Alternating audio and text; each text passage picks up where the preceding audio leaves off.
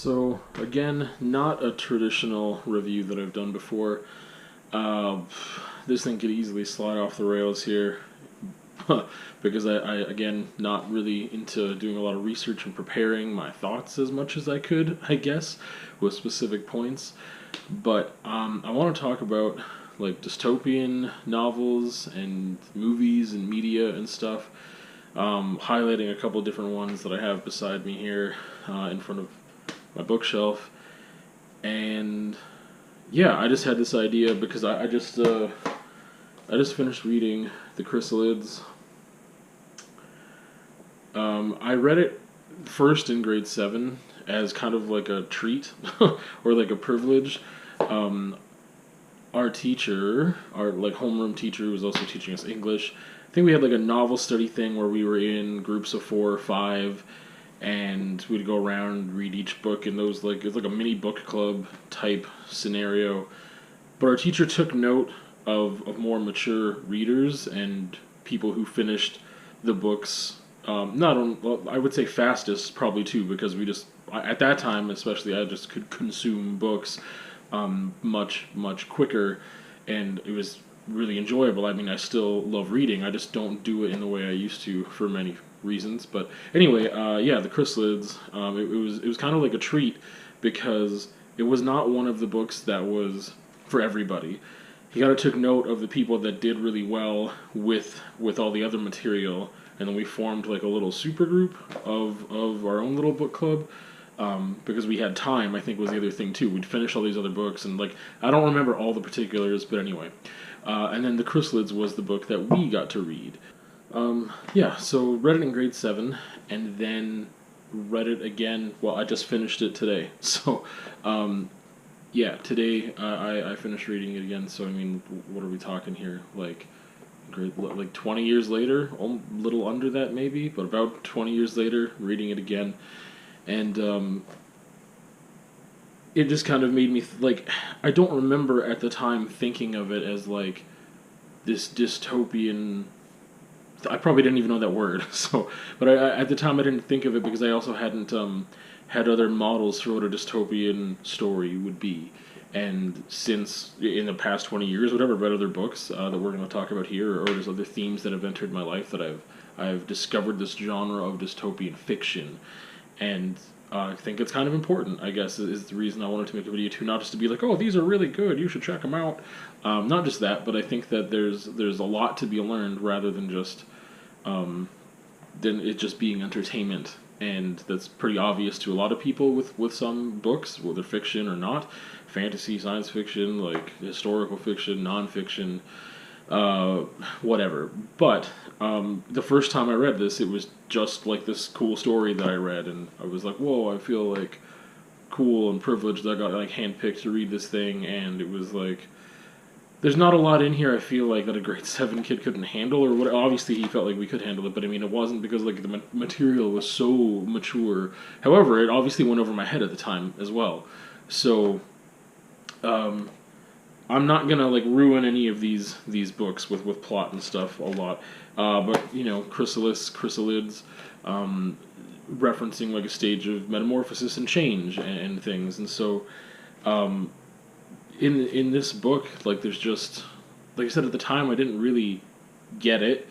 And when I thought about it, like I mean, I picked this book to read recently because I was like, man, I need a small book that I kind of already read that I feel a little familiar with, because like I hadn't read a novel in a little while. I've been reading magazines and stuff, and I was like, I really just am thirsty for reading something else other than a magazine or a poem or short story or something. So anyway, so that was the reason I chose it, and I just didn't remember really. Like I said, I didn't think of it as a dystopian fiction. I just wasn't thinking. I just remember bits and pieces of the story, and I remember I liked it as a kid. So, but anyway, yeah. Basically, it's. I think when we think of dystopian fiction, we're always thinking of the future, right? I think that's like a hallmark thing. We're thinking of this horrible future, this horrible existence that is ahead of us. And actually, this edition, because it's a newer edition, The Guardian on the front, they say remains fresh and disturbing in an entirely unexpected way. which I am. I don't think it's that unexpected that it remains that relevant. And I don't know when this edition came out. I guess I could look, but whatever. Uh, yeah, it is relevant, and it's and it's still, it should be used, I guess, as a teaching tool. It's still, um, it's still something that could be a touchstone, like a that. I guess the thing that I was going to say with all of these books we haven't even talked about yet, is that sometimes something's written like 50 years ago or whatever, but they're thinking about the future, and they're, I don't want to say right, but I mean like the quality thoughts are still there. Sometimes like science fiction books or whatever or what have you, it's like fun to look into the future. There's all these technologies and stuff, and we're having fun with it. And there's a little bit of that here, really, with only one technology. But I mean, uh, it's that's not what it's about. And so I mean, those are fun little things to look at and think about and read and ponder on. But that's just not what the takeaway is or what's important. And like I said, some books are just all of that and just like a fun little story. And these, like I said, I feel like they're important. Okay, let's talk about some of these other things. Before I feel like I'm talking about the end here before we get into more. So I mean, in between, I again just felt like making a video now, so I didn't go and pick everything off all the shelves and talk about all these different. I'm not writing an essay here. I'm just going off the cuff. So I mean, 1984. Which is also like super important and more of a.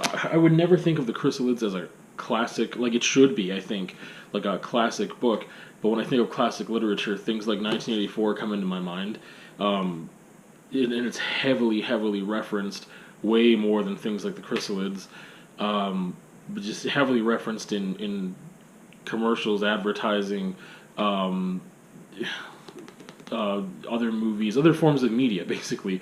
It's referenced just in how people have talked about like the Trump election and stuff like that, and like we're headed for 1984 and Big Brother, like the concept of Big Brother and that term and where that came from. It's probably just, yeah, it's the most important, I think, dystopian fiction. But I think it's most important just because it's already been so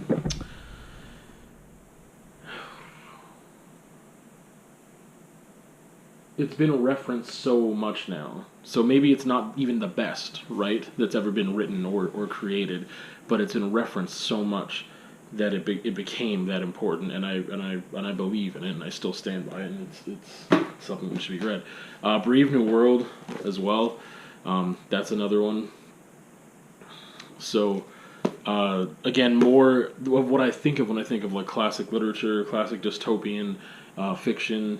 That's there as well, like a couple steps behind 1984, if not right behind it.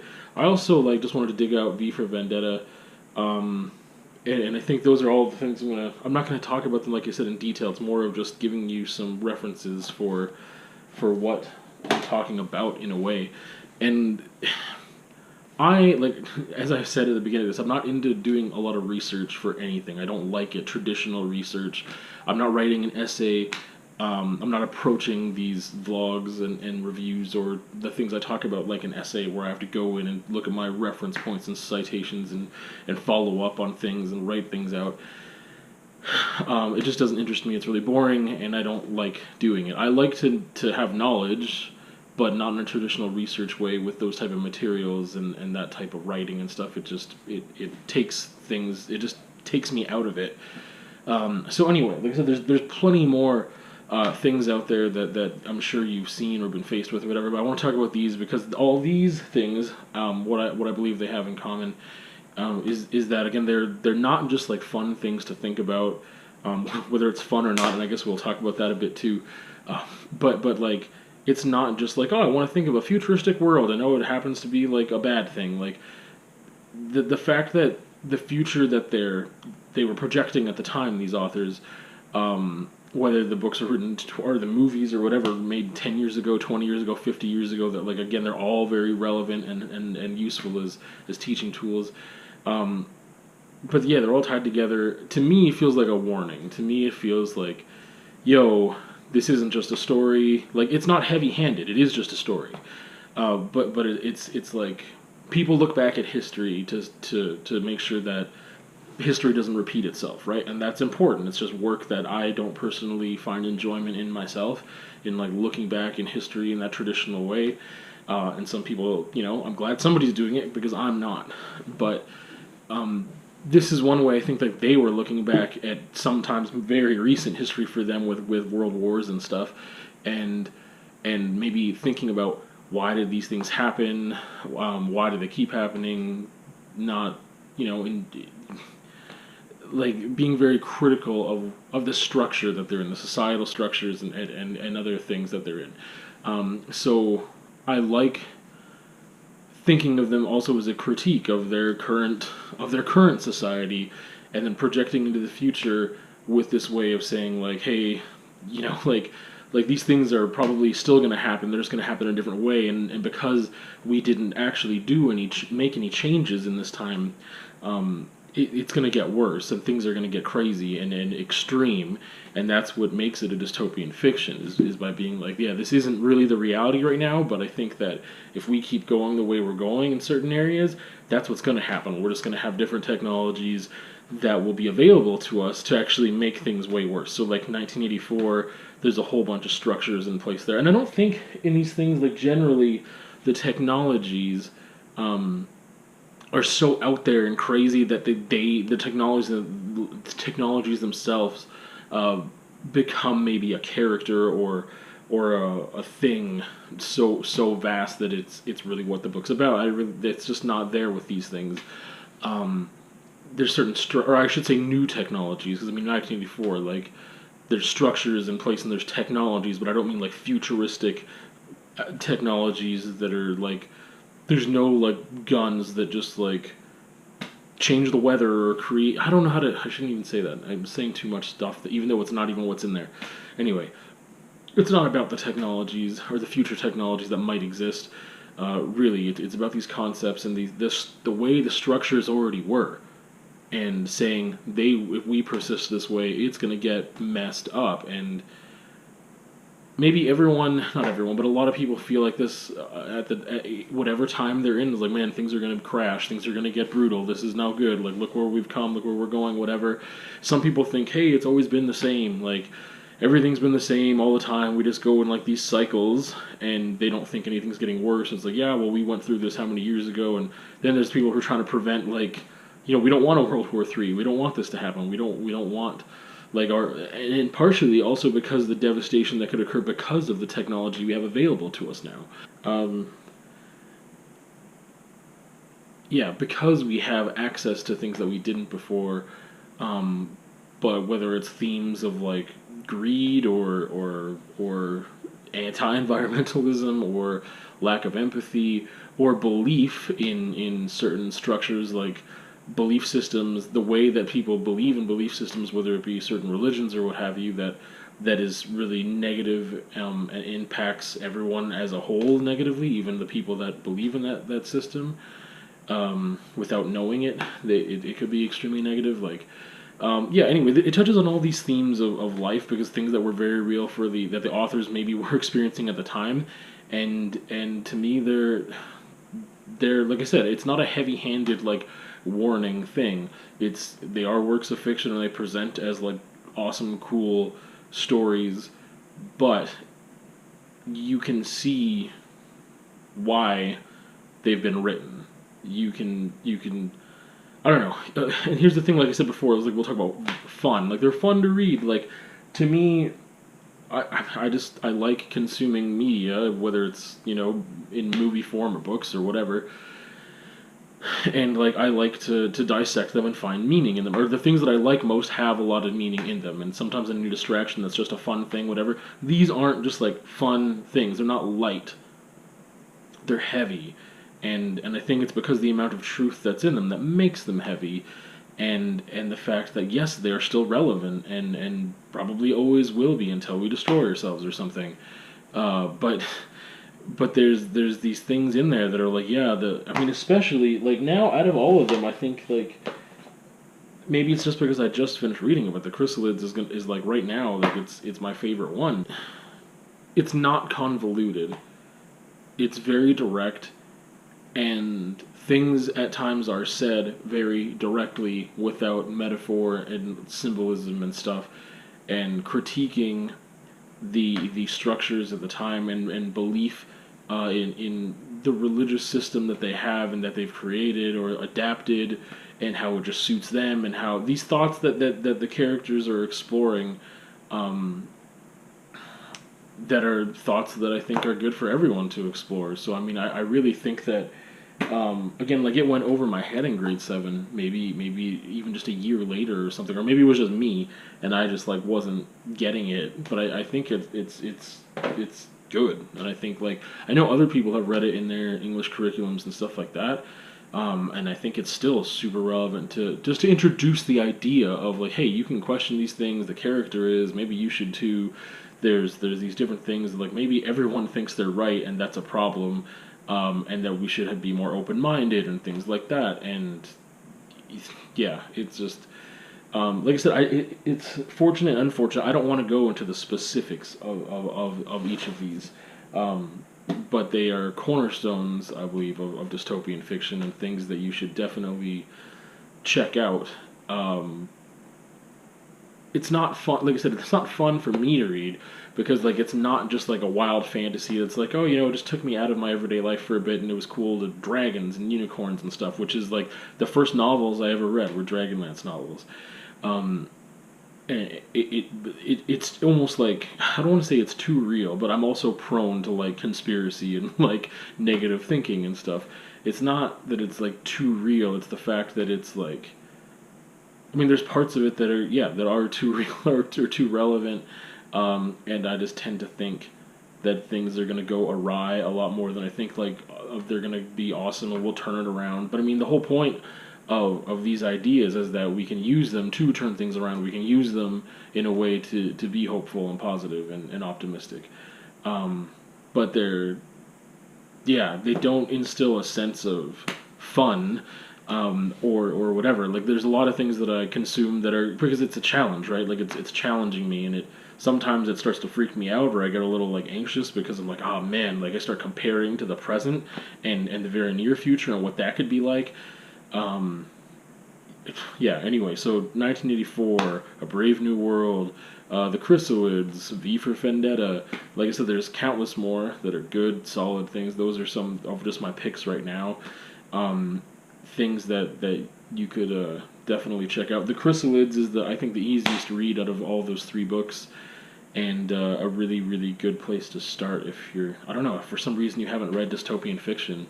1984 can be a little dry at times, but I think the payoff is there, and A Brave New World is like I think in between when it comes to like how it can be read. But yeah, that's I guess that's me just talking about dystopian fiction for a bit, and how I think it's important for sure. I was just editing this vlog, and I can't believe that I didn't bring up Black Mirror. Like that's the most contemporary example of great dystopian fiction that I think we have, especially with how far-reaching it's become and how like everyone knows that name and it's like, oh yeah, Black Mirror, like yeah, I watched that. Or I haven't really heard anyone talk negatively about it yet, because if you did, you're a simpleton. So, but yeah, of course, Black Mirror is also in there, and is like an amazing example of reaching people with these ideas, and they're strong ideas, and they're usually presented really, really well. But I definitely think has become, because it's gotten so popular and stuff like that. I don't think the presentation is that heavy-handed usually, but the fact that we have all this social media and we've got critics and we've got whatever else, people talking about it, I think that it tends to have more of a heavy-handed feel to it. Like when you're, I don't know, like I said, I'll link at the very end, through the thumbnail, my review of Black Mirror and just talking about Black Mirror in general, because I did that a little while ago, and I think that like whatever, like I said in there, that I had watched it before it was on Netflix, before it really became popular. I started watching it and stuff. And I noticed that shift of when everyone started watching it and talking about it, which is really good. But with that also came, I think, for some people, an aversion to watch it because it was talked about in this way that was more like you're gonna be challenged by this and learn something by this, and this is what this means, and everyone turn around, we're headed in the wrong direction. And like, I think that the fear mongering that people did, kind of in a way, made some people not want to consume it. But I think it's one of those things that, like, yeah, if you are on Netflix, if you have the privilege of having Netflix, you should be watching Black Mirror. Like, everybody should, because it's definitely, like, the most contemporary and up to date mirror reflection of where we're at and where we're headed. But a lot of it is rooted, I think, anytime we're talking about the future too, like, it's rooted in your current reality and what you know of reality, or what you what you think of your current position and where it is headed. So you need something that's grounding you, and that's everything that you know up to that point.